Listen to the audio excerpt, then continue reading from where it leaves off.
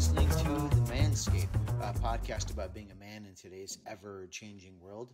I'm Joseph Benish, and our other host, Tim Cox, will be joining us hopefully in about a half an hour. He's driving back from emptying out the family car, which sadly got totaled yesterday. Everybody's fine. Nobody's in the hospital. But he had to go run that family errand during our recording session today.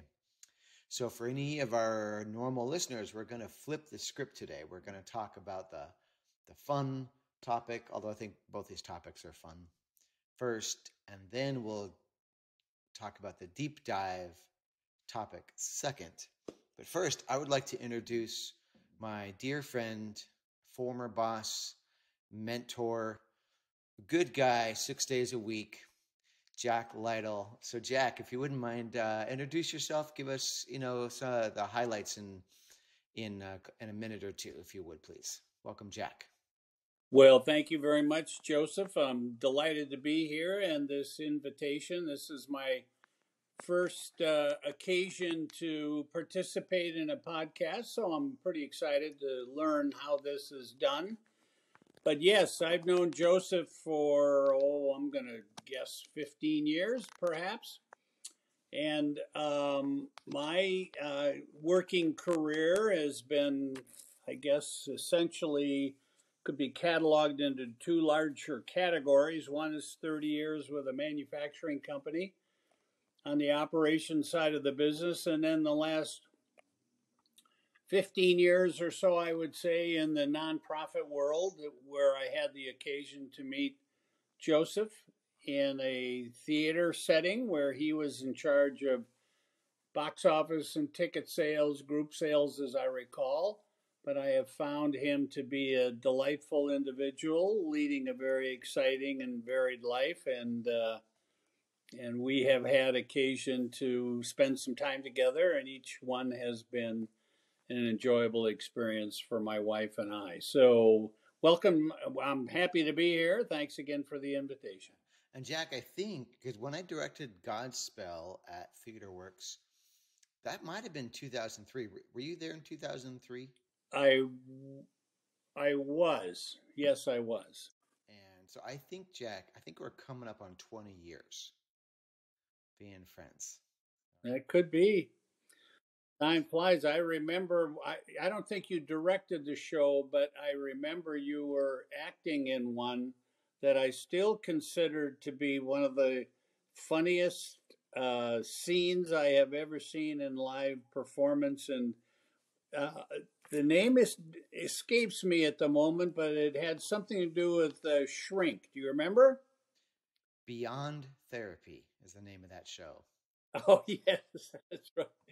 Yeah, it was hilarious. Yeah, a multi-talented guy you are. Thank you. I try. Still hopefully learning stuff.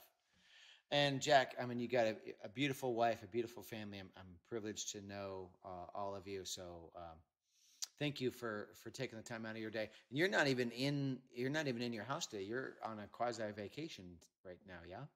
Well, yes, we are. It's a bittersweet sort of an experience. We have, I like saltwater fishing, and I have been on a chartered boat for probably 36, 37 years, not consecutively, but almost, and with the same basic core group of guys. And unfortunately, life is this way sometimes, but our group seems to be getting smaller and smaller. And one of our most dear fisherman buddies passed away a couple of months ago, and we're in California visiting our daughter and her family while we attend tomorrow the memorial service. But it's a bittersweet thing. We get a chance to see the grandkids and our daughter and her family, but it's also to pay, reference to a good friend of ours. Well, again, thank you for taking the time. We're going to jump into what would normally be our second topic. Today it's going to be our first, so we make time for Tim when we talk about conservatism, is camping. I've been an avid camper most of my life to one degree or another, But I'd love to ask. I have some questions to take us down the road. But Jack, do you remember the first time you went camping, or what the scenario or setting was around that? Oh man, you're really going to date me on that question. I'm sure it had. I know it was with stone tools. Yeah, right. Well, I remember we used to start our fires with flint. But those were the days. I'm pretty sure my first camping experience. I'm almost positive had to do with either the Cub Scouts or the Boy Scouts back in Minnesota, way back in the probably the 50s, maybe. So a while ago. But to be honest with you, we kind of gave that up for many decades until just recently, maybe 6 years ago, where we're back into camping in a different kind of style, and that is with an RV. But it still gets us out on the road, and it's still a lot of fun. Yeah, because there are as many ways to camp as there are political opinions. I feel like because you can go from living in the wild, reading a book, being a survivalist, living off the land, to tent camping. Van life is a really big thing. Do you know that phrase, Jack? People who've converted a van and are kind of living out of it, all the way up to the big fancy RVs, with the slide outs. And we were just talking the other day, anybody who's listening, because you and I are going to go camping, and it's almost funny to call it camping in a way. Here in a couple of weeks, we're going to go down to Mexico and camp on the beach. And you mentioned your full-size fridge that's in your camping. Oh, ice! But It's got an ice maker and water in the door and the whole thing. It's a regular residential refrigerator. yeah, and that thing is literally bigger than our two-bedroom apartment was in New York. And but take us back to, because I think camping stays with you. As I have seen it in the world, more people camp who got exposed to it as kids. There's no hard and fast rule about anything. But can you recall any moments or any things that stayed with you from when you were younger, why you may have wanted to, in whatever way, whether it's in a tent or an RV, kind of get back out and get away, whether it's getting away from the city or getting into nature? Do you have any moments that stay with you or friends or family? Oh yeah, I think without question the the event that I tend to recall on just about every single camping experience we had, whether that be in the early days when I had a two-person pup tent that you would get at the Army Navy surplus store with the stakes and the poles that would be joined in the center. But what I remember most is the campfires and the fellowship and the wonderful bonding that would occur after dinner at night in the dark with a roaring fire and marshmallows on a stick and the circulation around the campfire of people who would tell scary stories. And I certainly recall being scared more than once about the legend of falling rock, or the little boy and the girl who used to have to walk 5 miles one way to school through a cemetery, and during stormy nights, when it was in the winter, when it was dark, how that would just cause every child's eyes to widen and hold on a little tighter to their mother or father or whoever they were with, because they knew that a scary part of the story was coming up. So I recall those, and think that was a moment growing up that is to be cherished. Yeah, I think you really said it there with the bonding that happened, around the campfire. What's do you like the smell of a campfire? Because I've done a lot of tent camping, and a little bit of backpacking back in the day, and I've done a lot of car camping because, as you know, I have a VW bus, and the VW bus crowd is our big campers. And I've heard a lot of people say, "Oh, if you get a gas grill, or you don't get the campfire smell, you don't get that smell in your clothes." I love the smell of campfire on my clothes, when I'm camping or coming back. Are you a fan of that or no? Oh yeah, I think that's part of the experience. The smoke in your eyes and the sometimes depending on which way the wind is blowing, it's wonderful. Sometimes it's not so wonderful, but that's all part of the experience. And I think that if you grow up in the city, which we tended to do, when we moved around a lot, my dad got transferred many times, and we always ended up in urban areas. So it was particularly sweet for us to be able to really go out into the country. And I suspect maybe if you kind of grew up in that environment, it wasn't quite as unique. But for us city dwellers, that was an experience. It was something to behold. So let's talk a little bit about the equipment, and we'll get to the RVs because, as I mentioned, for anybody listening, you have a world of options now. There's lots of national parks, and for anybody that doesn't know, there's a difference between national park and national forest.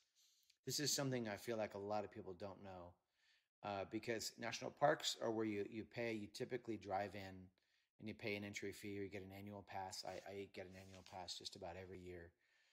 And those are your Yosemites and, your Yellowstones, and beautiful. There's usually a drive through, and there are camping spaces in most of these parks, but you have to pay for those.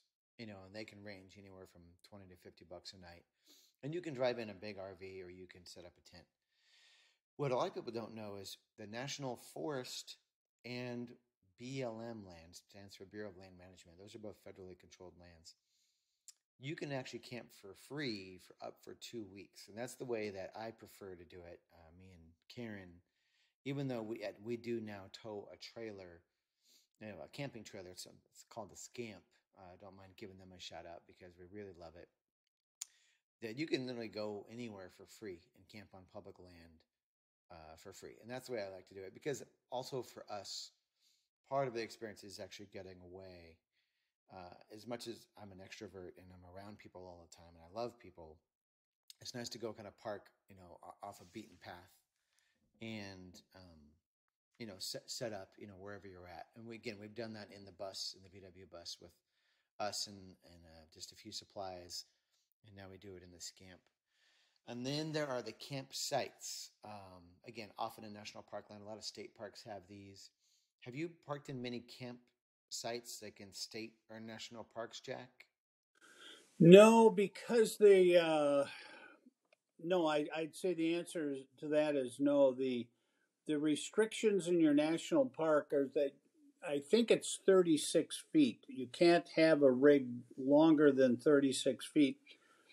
And ours is right at that edge, so we have kind of opted not to, even though we do visit national parks on a regular basis. As a matter of fact, I've got a once you become a senior, and I understand they no longer have this available, but for a while, you would pay $25 for a one-time pass, and then you and your party are allowed into any national park for the rest of your life free. So we have this, and we enjoy spending time in national parks. I think the most recent was Zion, which if it's not in the top five, I think it's got to be awfully close. That is a beautiful park, and then of course Glacier is probably the top tier park for us. So we spend some time viewing them and visiting them and enjoying them and doing whitewater rafting and that sort of thing. But we normally don't stay there because of the limitations. Well, size matters in our society, and Jack, what you're telling people is you've got a big one, is what you're saying. Yeah. I've been accused of that.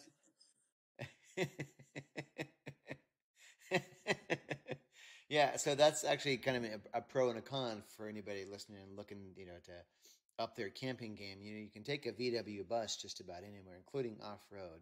They have really high clearance. But if you want the full size fridge, the microwave, the shower, the water bed, the disco, the fireplace, then you're probably not getting into. You're probably getting into a few less spaces. But you're one of the folks that also tows a vehicle behind you, right? So you can drive in. Yeah, you've got that. You've got that nice Jeep.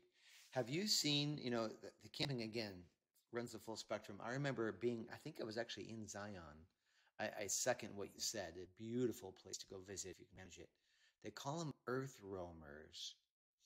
They're big. It's like the love child of a Jeep and a massive RV. I mean, I think at first time I saw one of the tires was about as tall as I am. Probably 6 foot. They look like they can literally go anywhere and through anything. Big, massive cab on it. Probably 30 feet tall. Or I mean, at least as tall as a big rig, however tall that is. And have you seen these out there, Jack? They look like something out of a. They look like they're made for post-apocalyptic sci-fi films. And yeah, Earth Homer. I looked it up while I was setting up. They start at $1.9 million. And so I think that's probably the far end of the spectrum. And you got to look these up. Earth Roamer, which I think is a little bit of a play off of the Land Rover goals. Kind of again, kind of like a Jeep, a step up, from that. But going back to the other thing, one of the things I love about camping, even though most of what I've done is car camping or tent camping. The other thing I do like about it, and I'm sorry, Jack, I'm not sure you get as much of this out of the RV, is that feeling of independence, of being out in wilderness, under the stars. I mean, you can be under the stars, setting up a campfire. Love starting fires. Um, and there's just that feeling of, I feel like, being more connected to our roots, or our history, or maybe our animal history. I don't know. And that's probably something you got, when you were a kid with the Cub Scouts or the Boy Scouts. Is it's fun. It's more fun to be dirty, and get your hands dirty, and get your scrapes in. Because even though we're camping in a trailer now, and we're sleeping on a 3-inch memory foam mattress, when you're setting up that campfire, just there's something in our DNA. I think that for me just calls us back to that. And then the other thing is you get to stay different places. Like where we're going in Mexico, you said you've stayed before. I mean, we're going to be camping literally right on the beach. Yeah. Well, we are going to be in a RV park that is adjacent to the beach. They have one row of spots that overlook the kind of like a seawall, and then you're into the beach. I'm not so sure. I'm not so sure where we're going to end up, but in any event, the farthest we'll be from the beach will probably be 100, maybe 200 feet, and you can hear the waves crashing, and you can smell the salt water, and it's really really close. Yeah, and that's one of the things you can get camping. Now, I suppose you can get this by spending the extra money, to rent, condos or big fancy Airbnbs. But I'm a pretty frugal guy, and solidly middle class. So I don't have the money to spend on big mansions on the beach. But I actually really enjoy, again, that sort of marriage between the rustic feel, yet and the access to these kinds of places. Because so far we've talked about Zion, we've talked about just camping on the beach, and I just think that's a lot more accessible for a lot of people if you do the kind of camping, whether it's car camping, tent camping, RV life, and it's pretty magical to get out there. Well, it is magical, Joseph, and I agree with you. You know, there is this experience when you are camping that you certainly don't have when you're living, you know, in the city or in your house or wherever it is that you spend most of your evenings. But there is something else that I think probably is close to being as important, if not as important, which is the the camaraderie and the friendships that you meet along the way. We had a opportunity to go on a whale watching trip a couple of years ago down in the Baja of California. There were 17 rigs, and they ranged from, you know, converted vans to large diesel pushers and everything in between. And there were 17 folks. None of it. Well, there were two rigs that were friends, but everybody else was individual and just wanted to go and witness firsthand the calving of these gray whales on the Pacific side. So we spent, I think it was 9 or 10 days with this group of folks that we didn't know beforehand. And through the shared experiences and the challenges, as slight as they may have been, or the adventure of running these big rigs on a very narrow highway with no shoulder and running into, not into literally, but running across 18 wheelers who were coming back the other way. It was rather stunning how quickly you build relationships with these people over a campfire at night, perhaps on the beach, which we did on a number of occasions, or a shared meal, or the experience of touching one of these baby whales. So, and some of these people we still meet once a year. We're going into it's a pig roast crab feed up in the California Delta country camping with four rigs that we met, or couples that we met on that caravan. So that is a big part of the attraction for us. We just meet some of the nicest people that have turned into be pretty good friends of ours, and we think that's a big plus. And it's so wonderful to have new ways to meet new people, ways to meet new people, you know, as we get on in years. You know, I'm several decades behind you, Jack, but I'm right there with you. Joy. I don't know if it's several decades, but Well, I but I'm hope with you can there. keep up. Hopefully, I'm I trying. hope you can keep up. I am Okay. trying. But it is Right. wonderful to have ways to meet new people. Because you said you're going on another thing coming up here, right? Where you're going up in Northeast Arizona or something with a group. Oh, yeah. This summer, you know, we live in Phoenix, so it gets a little toasty there. And in northern Arizona, we are going to be going up to the Flagstaff area and spend a couple of months, which is a nice break. And I know that we'll meet some very interesting people up there as well. Yeah, I'm going to ask you how you came to choose your RV because there's a huge selection. If you've been anywhere, you see, anytime you're on a freeway, you see a handful of these RVs in front or behind you. But I'll tell you a story first about my cousin, Ron. He's out there in Southern California. And my cousin, what I'm going to do is give you permission to buy a big RV if that's your ilk, whoever you are, because I think that there, among the camping world, you know, certainly in any culture, there are hardcore people who are like, they're going to tough it and they're going to sleep in a tent on a mountain in the snow. And then there's people who, you know, want the comforts of home while they explore the world. My cousin Ron was a tour guide for the Sierra Club, and he was legit. I mean, this is a guy who had hiked part of the Pacific Crest Trail on his own. I think it was for a week or two. He would have kept going, but he got snowed out. And his, I think at the time, either new wife or girlfriend, who's now his wife, Sarah, amazing person, had to go pick him up. And so a guy who literally camped in the snow, you know, on his own, nothing but him, you know, him and his boots and a backpack, and just really, really a true like man of nature and hardcore. And then he goes and marries Sarah. In fact, I think they met on a Sierra Club tour that he was leading.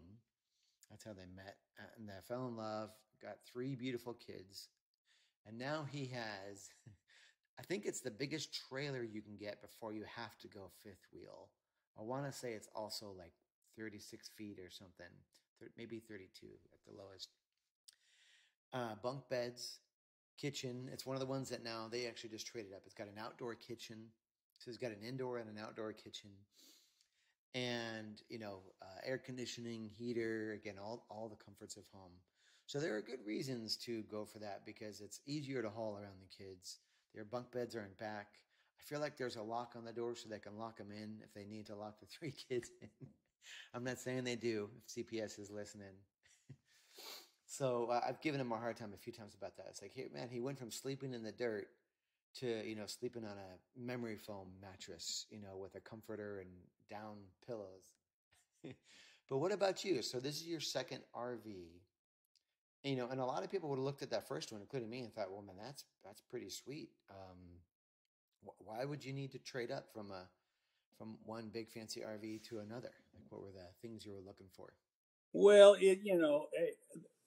I guess the industry average is that if you own an RV, if you're near normal, you're going to have 3 RVs over the time that you are RVing, and each one will tend to have a few more features than the one prior. And until you get to a point maybe where some people have done this, is that they have found that it's a little more work than they want to do, or they're now in their late 70s or 80s, and they'd rather have things a little simpler. So they might move down. But the typical RVer will have 3 over their lifetime. It's kind of interesting how we got into RVing. We've always traveled a lot.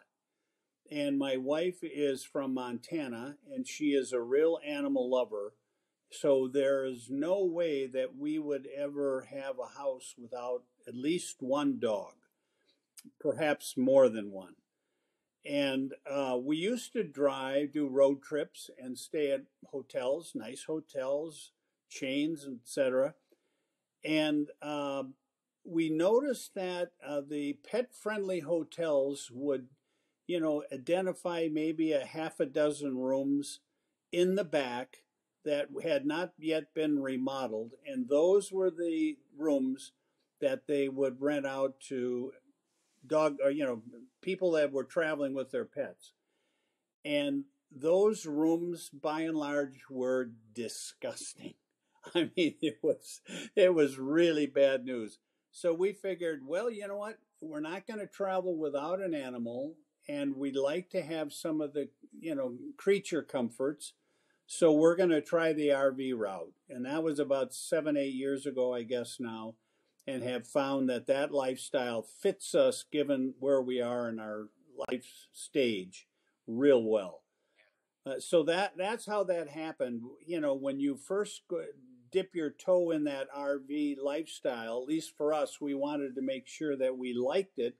So you don't want to go in and invest a real large sum of money just in case you didn't like it. So we started small and found out, we can do this. We have grandkids that love to travel with us. And we've got, our rig now sleeps 6. Now, we'd never have 6 people with us because you'd have to be very, very friendly. But when you got a little grandkid or two, it's fine. It works out really, really well. So that's how that started, is we wanted to be able to travel in a style that we are accustomed to. And we weren't going to do the hotel thing anymore. So we thought, we'll try RVing, and it's worked out so far. Yeah. So what were the differences between the one you started with and the RV you have now? Well, king size bed, number one. It has 4 TVs. Not that we need 4 TVs, but we've got 4 TVs. It has a drop-down bunk over the cabin area where the driver sits for grandkids. It's a smaller bunk. It has an outdoor entertainment center. So we've got a TV and a stereo and a DVD player outside. And it has a fireplace and two drop down kind of sleeping areas for guests. So I think that was it. The other one wasn't quite as big and had a different suspension system and it had a different ride. And this one's a little more comfortable. Some people would take a unit our size and actually be full-time RVers in it because it's comfortable enough for that. But we don't like RVing that much. Gotcha. Yet anyway, good. And so, do you sleep on one of the couches, and Diane and the dog share the bed, or is there enough room for all three of you there? Our sleeping arrangements are confidential. That sounds like a fair question there. So, do you think you're going to stick with this one, or would you ever trade up? Oh, we might trade up. I don't know. We've thought about it. I guess it would depend on how much you use it. Ours is one of the larger gas rigs, and the next step up for us would be a diesel rig, which has an entirely different. It's a different ride. So we could possibly do that, but we haven't decided that that's definitely in our plans yet. Well, I mean, you can look up one of those Earth roamers, and for a measly 1.9, I'm sure you'll get a different experience with that. Yeah, that is a lot of money. I know that, but I have been inside 45-foot RVs that are come in at about 1.4. I don't think I've seen a $2 million rig, but close. And I think there's our next host, right? Well, Tim, yeah, I don't know if you caught that, but I called an audible, which I think probably worked pretty well. Is I just flipped the script. So Jack and I just got done talking about camping and RV life, and what can happen there, so we could save room for you two to enlighten me and our guests on what conservatism is in your views. Because even though Tim and I have talked about that we're both independents, that we do fall, differently on that scale of conservative versus liberal. And I looked up while I was setting up. I actually looked up a couple definitions, um, but I don't want to share that first. I'll have questions. I think why don't we put Jack on the spot as our illustrious guest and say, in your view, um, and I say that with love, because Jack and I have become good friends, even though we disagree on a lot of things. I feel like we disagree with love, and I think you know. At the end of the day, most people want the same thing for everybody. They want everybody's happiness. That's what I think. I'm an optimist and I love people. So let's just jump right in. Jack, what is your view of sort of the general definition, the layperson definition of what being a conservative means? Yeah, yeah. I've thought a little bit about this since I was invited a couple of weeks ago, and there seems to be a number of different types of conservatism, and depending on which type you're talking about. There's political, and there's religious, and um, there's the conservative party. It depends on what it is you're talking about, but to me, and I guess where I spent most of my time thinking is about this is was trying to capsulize best I could um, what it is that has shaped my beliefs and my values along these lines. And I think over time it has changed. So I'm gonna talk mostly about political conservatism, and in some of the research I guess the bottom line for me is this is a notion of believing in small government versus big government. And there's a lot that gets unpacked along those lines. You can talk about, give me some examples of what small government would look like and some examples of what large government would look like. But to me, political conservatism has a fundamental underpinning belief that says that small government, generally speaking, is preferred to large government. And that's where a lot of the discussions, I think, come from, and a lot of the arguments. Yeah, I mean, definitely small government, fiscal conservatism is important, balanced budgets, reasonable taxes, those kinds of things. I do think that as a conservative, you also, just as a person, without putting a political label on it, you really also have to kind of evolve with the times. I mean, right now our Republican Party is really, I'm one of those that strongly feel like Republicans left me, by hanging on to certain social issues, and coming up with these hot button topics, because they're not focused on small government right now. They're not focused on balanced budgets. It's a lot of culture war stuff that's going on in the Republican Party. That's why I left the Republican Party, because I don't identify myself as a Republican, but I still recognize myself as a conservative, as someone who has ideas of how you can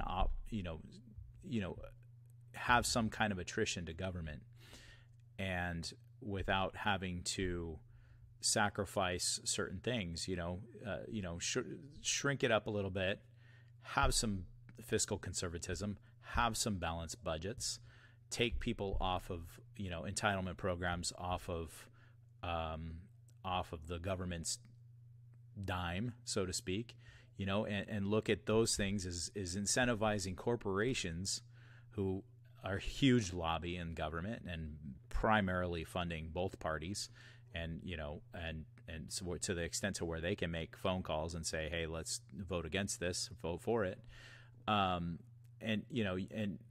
look at the corporate tax cut that happened, during the Trump tax cuts. Look at it as, why don't you incentivize tax cuts through taking on certain type of things that are unpopular as a government position, student loan forgiveness, free education, higher wages, those kinds of things. But when it comes to the conservative movement in the Republican Party, there's no ideas left to try to move towards those types of things that would really be good for our country, really good for Americans in general. But conservatism, I think, is kind of lost in this day and age. We're caught up on abortion and guns, as opposed to, things that really matter, the things that affect everyday Americans. So I'm kind of a traditionalist, in the name of Ronald Reagan, who was very popular Republican, very popular conservative. His name is being kind of bastardized in the Republican Party right now, because nobody out there represent that type of conservatism. And so, I don't know, we can't go back to the 80s, but at the same time, we can employ those policies in current day, So that's kind of my view of conservatism, how conservatism should be. What do you think, Jack? All that land with you? Yeah, I think I don't see a lot of daylight between what Tim said and how I feel. I think as I look out across the broad spectrum of the country right now, I want to say 20 years ago, I believe that the country was kind of center right. And now I think things are changing a little bit, and maybe they're more center left than they are center right. Here's an example. The shared values and principles is, I'm in Southern California, which, as everybody knows, this is a very liberal state. in most sections. I'm very close to Orange County, and Orange County seems to be the exception rather than the rest of the California. But our daughter, who we're staying with, told me this morning that in her son's bathroom, he's 10 years old, at school. He goes to a public school here in the Inland Empire. In the boys' bathroom, there are female personal hygiene vending machines in a boys' bathroom. That, to me, it would be very, very difficult to have happened 20 years ago when the country was more, I believe, center right. So those are the things that make me scratch my head and say, what is happening? Thanks. So another question is, I'd love if I'll have a couple of specific questions, and I'd love if you could give me one or two examples, one each or one or two each, of what small government is. But I'll tee it up with two examples, and I don't know if we want to go down this road or not, of where I think, because I'm going to give you two examples of Republican policies that I think are the opposite of small government. One, and again, this is a whole nother podcast, but I think the regulation of what I call women's health care and an abortion, essentially regulating what a woman can or can't do with her body. I think that's big government. I think the government telling a woman what she can or can't do with her body, whether or not you agree with it, because I don't think anybody out there ever wants abortions to happen. I think that's one of those things at their root that we could all agree on. But the people who are generally against it, I see coming from more of a religious perspective, and then funneling that religion through government and saying, okay, you cannot have an abortion because I disagree with this. So there's one example of big government. And again, I know that topic is massive. The other example of what I see as big government coming out of the Republicans is there are a couple of states now, I know Texas is one of them, where the state legislature, Republican-led legislature in Texas, banned Citigroup from funding any state or I think even city, banned it throughout the entire state, any government contracts, because Citigroup is one of the banks that has chosen to either not fund or fund a lot less gun manufacturers. So Citigroup, a private company, has said, we don't want to be in the business, with gun manufacturers. And the Texas Republican-led legislature said, okay, then you're not doing business in Texas, at any level we can control, at any state, city, municipal level. To me, that sounds like big government. I mean, private enterprise was happening between a bank, massive bank, Citigroup, and private companies. And the Republican legislature stepped in and said, nope, nothing, no more for you. Isn't that big government putting restrictions on the private market? And I'm not that familiar, Joseph, with the Citigroup law or issue that you mentioned. But I will say this, though. It depends on where you get your information. I have become very suspect of what I read now and the source of what I read. So there are times when I'm not sure what is true and what isn't, and that's difficult. So I'll look it up, but let's take it at face value for the moment, because I'm pretty sure it was NPR where I get most of my news. But let's take it at face value for the sake of conversation. Let me ask two subsequent questions with a semicolon in between. Can states can they practice big government versus small? I mean, is that something we can hold them accountable for? Like, can state legislators overreach? Oh, I'm sure they can. So I would agree with you. So then the question is, again, let's take this just for the sake of argument. I'll do research as we're sitting here. if this is the case where the state legislature, which I'm 99.9% sure it is based on the source I got it from, is preventing Citigroup from doing further business at the state and municipal level, would that be an overreach when they're interfering with private markets working together? Yeah, I mean, given these assumptions that the information is accurate and assuming that they, in fact, are preventing a business relationship just because of their position on guns, I would say that would be an overreach in my view. Yeah, so there are several articles that come up. One of them's on Bloomberg, one of them's on Dallas Morning News, a local group. Citigroup dropped from $3 billion municipal bond deal. The state's attorney general said the bank, Citigroup, discriminates against the gun industry by not loaning to them. So, yeah. Well, I think that it's as egregious as the state of California attempting to refuse to do any business with Walgreens because of Walgreens' position on, is it was that an abortion pill? I think it was, wasn't it? Something like that. Agreed, Jack. But today we're talking about conservatism, not about liberalism. So give me then, were you able to think of a small government example that you think benefits people? Or is it just sort of a general philosophy, like try to stay out of that stuff less? Because it's something I think I would agree with, both in California and Texas. We want, so where I land in terms of big government, small government, is the times I do think we want big government is in what I would call human rights. So, for me, abortion, whether or not it's something that, it's something that I don't think anybody wants. I still think that's a human right for women to have control over their own bodies. Again, science-based. It's doctors and nurses that perform abortions if they're needed.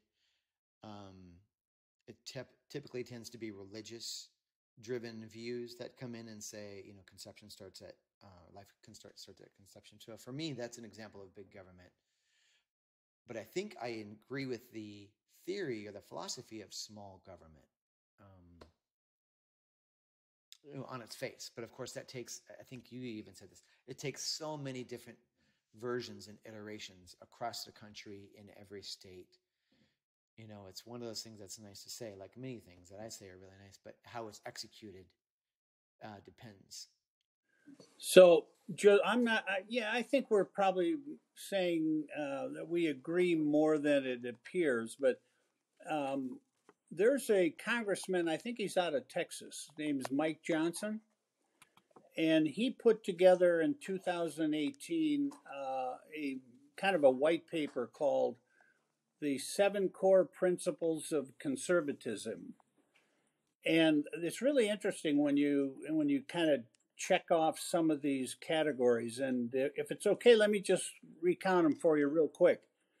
One is individual freedom. And then they give you a couple of paragraphs of explaining what individual freedom would look like. Number 2 is limited government. We've been talking about that. Number 3 is the rule of law. Number 4 is peace through strength. And they're talking about a very strong national defense. Number 5 is fiscal responsibility, and I think Tim referenced that earlier. Number 6 is free markets that are free of government control where they can be. And number 7 is human dignity. So this was put together in 2018 as part of the, I think it was contract with America. No, that would have been prior to. But anyway, those are kind of the core tenets, the under overarching tenets of what conservatism is in this Mike Johnson's view, and I tend to agree with most of that. It's funny. I would agree. And the two that I think get complicated. I'm pausing here because I'm trying to decide if we want to talk more about about abortion, but I'm thinking no, because that's such a massive topic. It needs its own separate podcast. Um, but the funny part is, actually, I think I agree. The other one, outside of that topic, the other one that I think is nuanced is the peace through strength.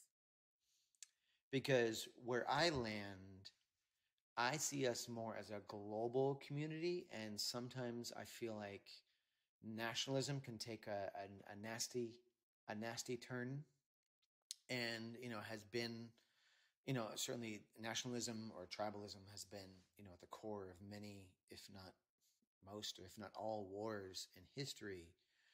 So for me, I would want to find a more nuanced path, from to merge nationalism and globalism, because I just see us as much more connected than I think sometimes that nationalist combined with individualist, kind of gets off on a track that I think leads to war and hostility. Oh, and you're absolutely right, Joseph. I think that's kind of the core of many, if not, I think you said it, most uh, global conflict. The issue that they talk about is peace through strength. One example that would be it's the responsibility of the federal government to have secure borders. That is clearly, that's not a states' right issue. That is a national issue. And I think that might be an example of, peace through strength. Well, that might be a separate. So maybe our next podcast, maybe even with you, because I've really enjoyed this, would be the conversation between the rule of law versus the rule of morals. Because you've probably had this conversation or heard this question, Jack: is are we a nation of laws, or are we a nation of morals?